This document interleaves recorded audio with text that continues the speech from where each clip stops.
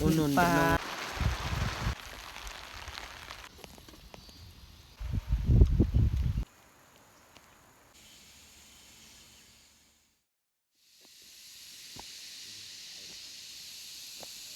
ยังไม่เห็นโตมันเฉย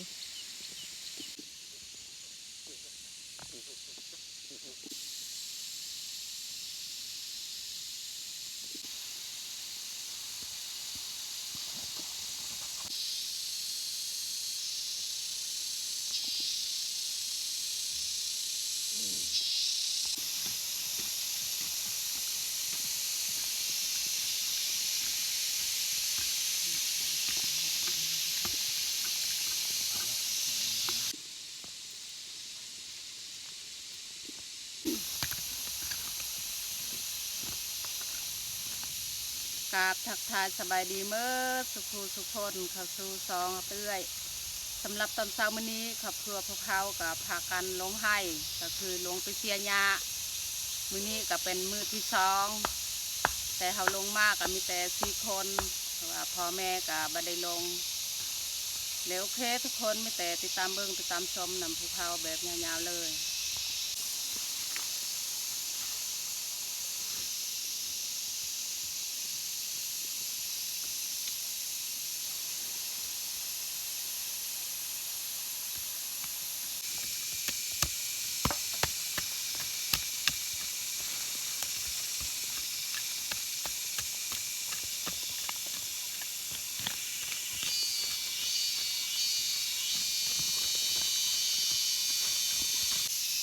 น้องแยกเนี่ยเสียหญ้ากับมายอมใส่เสื้อหญ้ากะลายหญ้าตีกำลังปงส่วนต้นแคมนี่สูง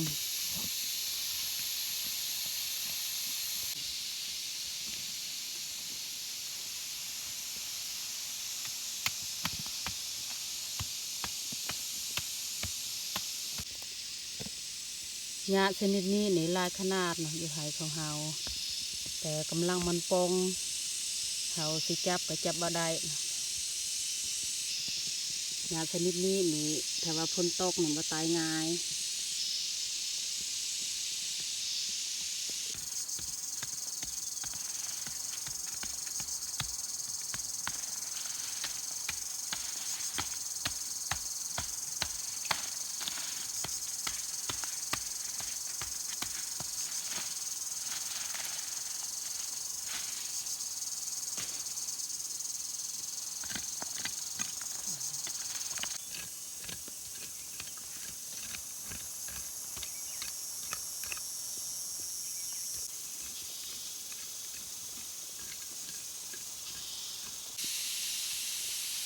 เสียหญ้ากับบ่ไปประมาณเพราะว่ามันหกแห้ง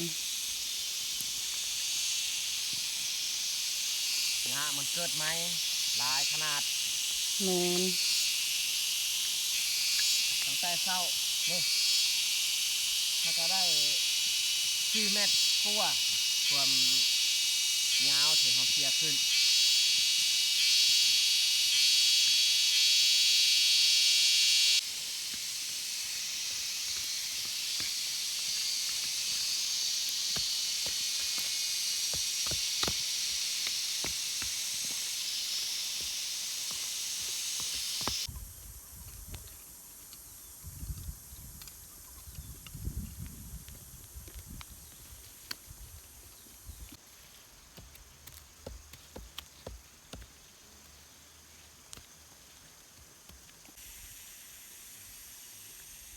เฮาเสียหญ้าสำหรับคาบเช้าก็แล้วเพราะว่าวันนี้นี่เฮาเสียแต่นี้ขึ้นเทิงตอนนี้ก็ฮอด12 โมงแล้วเพราะว่ามันหกเฮาเสียบ่ไหว้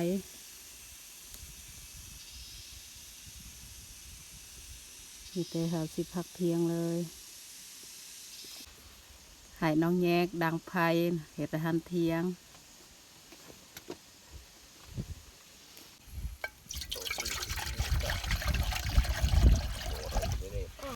ของมือสำหรับคนไทยอายุตั้งแต่6 ปีขึ้นไปโดยคิดจากผมต้องการ2,000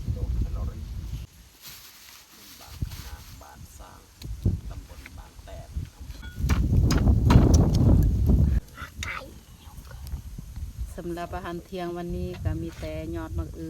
บานบาว ว้าผ่าห้อง ใส่เอารถเล็กแล้วงานหนัก ยันว่าพนตกก่อนของกินเฮานี่ยังมาทันสุก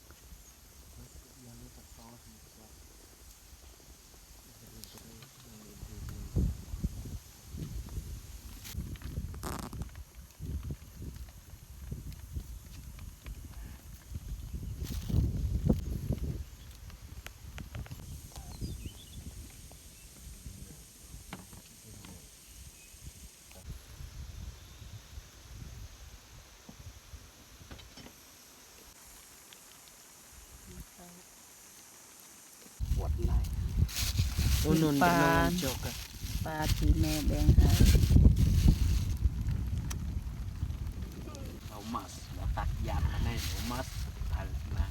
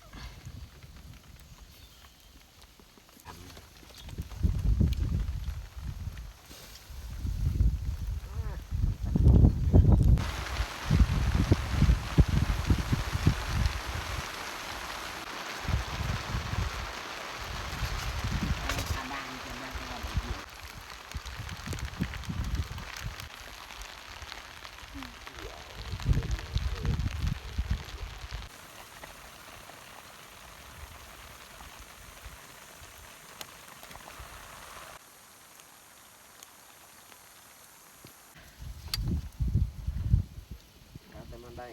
ไปงานปีลาวเซิร์นแขกคนแบบนี้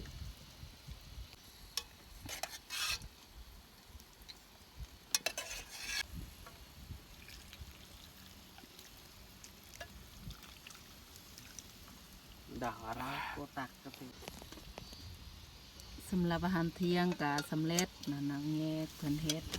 เหมาะตูนเหมาะสม ต้มยอดมะอึใส่ปลาสำหรับอาหารเที่ยงของเฮาก็แล้วเนาะมีแต่สิลงมือกินข้าวเพราะว่าท้องฟ้าก็มืดฝนตก เอามาพี่น้องมากินข้าวเที่ยงน้ำกัน มาที่กินเดี๋ยวฝนตกมันสิตกแห้งทำตกแห้งแล้วก็ลมพัดพร้อมมีโอกาสเปียกเบิดแรงเราทำลมบ่พัดก็บ่เป็นหยังบ่เปียก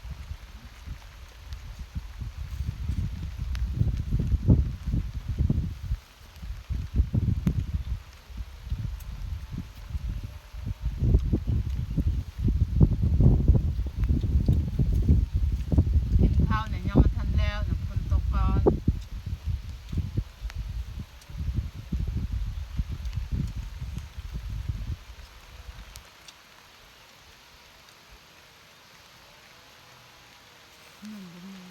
ไปกระดาษ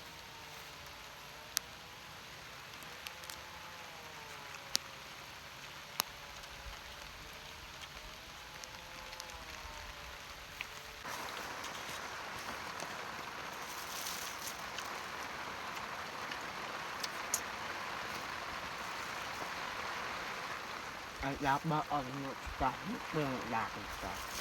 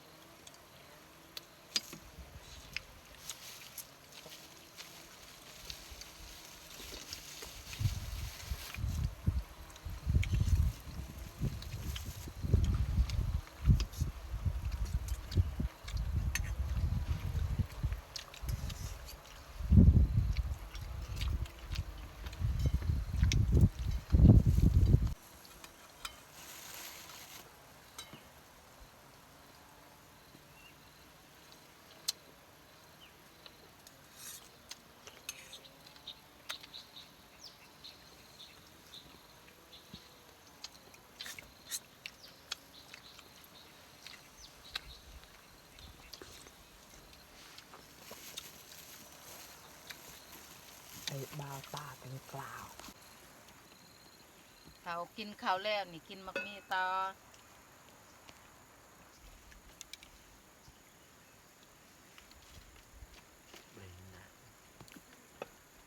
Gede ini nyarang lagi plan.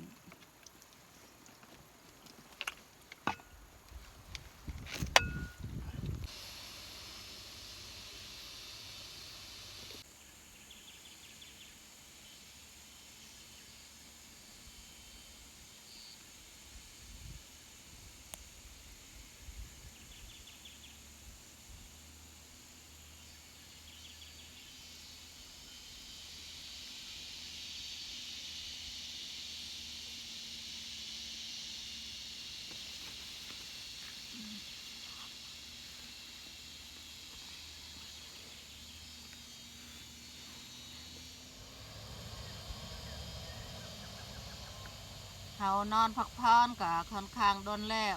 ได้30 ปลายกว่านาทีแต่ตอนแรงก็เขายังสีลงไปเฮ็ดเวียกต่อเพราะว่าเขากินข้าวแล้วก็นอนพักผ่อนตอนแรงในเขาออกไปเสียถึงเที่ยง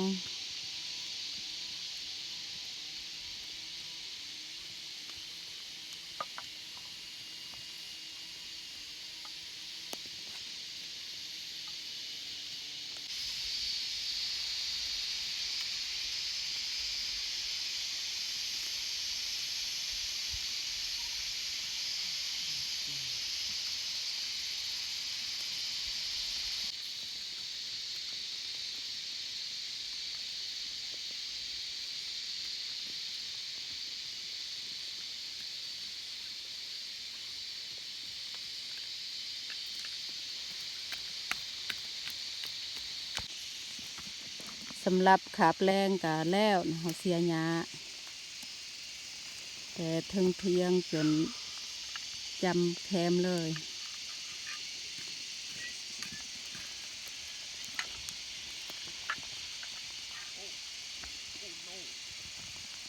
ถอยลงเด้อ